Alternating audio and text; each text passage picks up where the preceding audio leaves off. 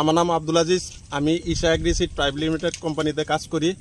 ঈশা কোম্পানির একটা ভেন্ডি দেওয়া হয়েছিল, ওই ভেন্ডিটার নাম আগল হিসেবে তার মানে ভেন্ডিটা লাগানো হয়। যেমন অন্যান্য ভেন্ডি আছে, এটা তো না আগল তার মানে কি মাসে লাগাইছিলেন দাদা?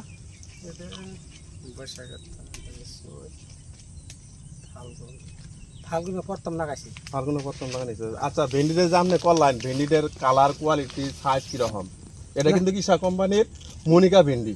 তা ভেন্ডি বালা, ভেন্ডি কালারও বালা, কোয়ালিটিও বালা। ওজন কিরকম? ওজন আছে, ওজন আছে। আপনি কয় মাস ধরে ব্যস্ত আছেন? আমি এটা বৈশাখের প্রথম তনে ব্যস্ত আছি আর কি। তাও হাইস্ট কিরকম উঠছিল ভেন্ডিটা? কত কেজি হাইস্ট উঠছিল একদিন? 1 কুইন্টাল পর্যন্ত উঠছিল। মাটি কত হানি আছে?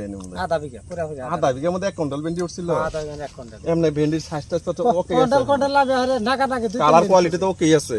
হ্যাঁ, ওজনে কিরকম আছে ভেন্ডিটার ওজন? ওজন আছে মোটামুটি রং দর্শক ওকে আছে।